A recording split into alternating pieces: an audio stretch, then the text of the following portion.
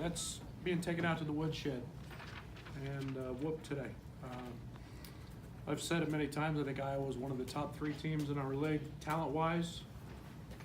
They're experienced. They're a veteran team.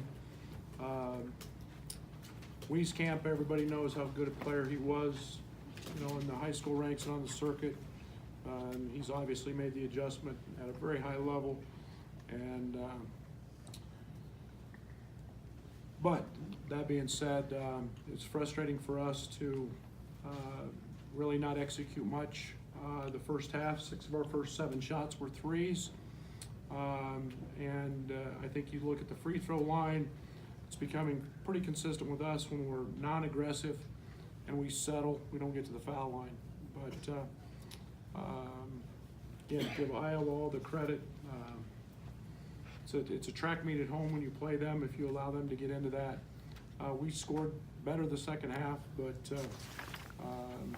we talked about closing out to their shoe tops, and yet we didn't follow our game plan very well. So a lot of credit to Iowa. They're very, very good. That's a good basketball team that can make who would want to play in the postseason because of their inside-out mentality and their ability to score in transition. What makes them so hard to defend? Is it the multiple options that they have that's kind of spread you out? Yeah, and they're veterans. They're old. They're physically very strong, and you're hard pressed to find a better athlete in the Big Ten for the country than Tyler Cook. He poses problems, and Garza's, Jack Sigma. I mean, he's a guy with a million moves, and he's a load. And then they're veterans at every other spot other than Wieskamp, and he's and he's an elite shooter. I went out just to watch him shoot in warm-ups. I never go out to watch pregame warm-ups. His balls don't hit the rim. So, but they play fast, and they're very, very capable of having nights like they did tonight. And unfortunately, we took the brunt end of that. I mean, Iowa did its part, making the shots, but a lot of them they got were open. What maybe defensively didn't? Well, we talked about denying their roll replace all night. That's where everything starts with them. Iowa's tremendous in the middle third of the floor of making post entries and getting the ball to Garza, and a lot of those come from Bohannon. A lot of them come from Cook, and when you don't handle the middle third of the floor, that means you support from the corners, and we never did a very good job of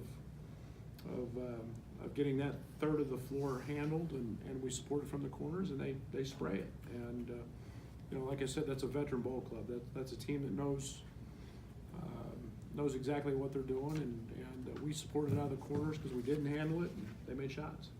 After the way you played Minnesota at home, then you come on the road to this. What do you tell a young team? Because now this is over, and you got Wisconsin next. What do you tell a young team like that? Just what I told them: learning experience. You have to follow the game plan.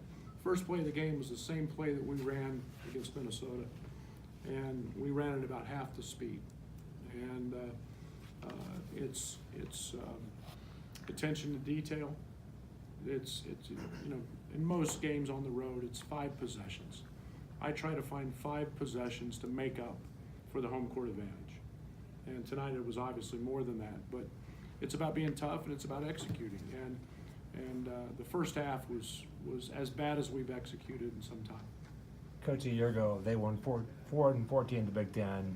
Now they're playing like they are now. Does that give you hope in terms of quick turnaround for you guys? Well, that's what experience does. I was a part of a team when I was an assistant coach at Western Illinois that won 6 games one year. Next year we won 20. It's you put tremendous value, and then you throw a NBA prospect and Tyler Cook and Wieskamp. I mean, that kid's gonna make a lot of money someday. Those guys are that's a veteran ball team, and they have depth and they have size, and so I hope we grow like that. Absolutely. Why did you go watch Wieskamp? Why did you feel like you needed to do that? I just heard what a terrific shooter he was. I'm fascinated with guys who can make baskets. I sat out there and watched him at the free throw line hit jump shots. He had 19 in a row, and I don't think any of them hit the rim. And I said, I'm going to make myself sick because he's on the opposing team, and I'll go to the locker room again. So No, he's elite. I knew he was an elite shooter. That was his reputation. And most guys usually, when you shoot it at that level, have a routine, and he did. What other adjustments did you try to make to slow them down, or was it just their night from beyond the arc? It was their night. I mean, it was, we tried doubling the ball screen a little bit to force a little higher pass or a different pass. They got it going, and it's momentum's a wonderful thing when you have it. And, when one guy sees the ball go in or a teammate make him, they have a tendency to all go in. But, then we broke down. We had a couple silly helps on McCaffrey that, left guys wide open, and that's, you can't make those mistakes. Coach, on the positive side for you guys, 17 offensive rebounds, 13 second chance points. Add that to the solid rebound performance you had in Minnesota last week. Still happy with the trend overall with this team, minus today? Yeah, I'm really happy with Georgie. I mean, that's back-to-back games of having 6 offensive rebounds a game. Georgie fights, man. I mean, he had a really poor first half by his standard, and mine. I mean, I'm to the point where I'm treating him like a seasoned veteran. And he has 4 turnovers at half. I'm going to let him know. And yet that young man just fights and continues to figure it out. We've got to, again, I keep saying, we got to figure out how to get him the ball more and in different areas. And we still need more at the 4 spot. Tevian and Kipper had basically one piece, and Aaron had one, and that's been, we got to get some help for him. But yeah, 17 is a good number. It also means you're missing a lot of shots. Is it just as simple as inconsistent youth that, you nearly scored 100 the other day and you're bogged down again with shot clock violations and settling for threes in the first half? I would like to think so.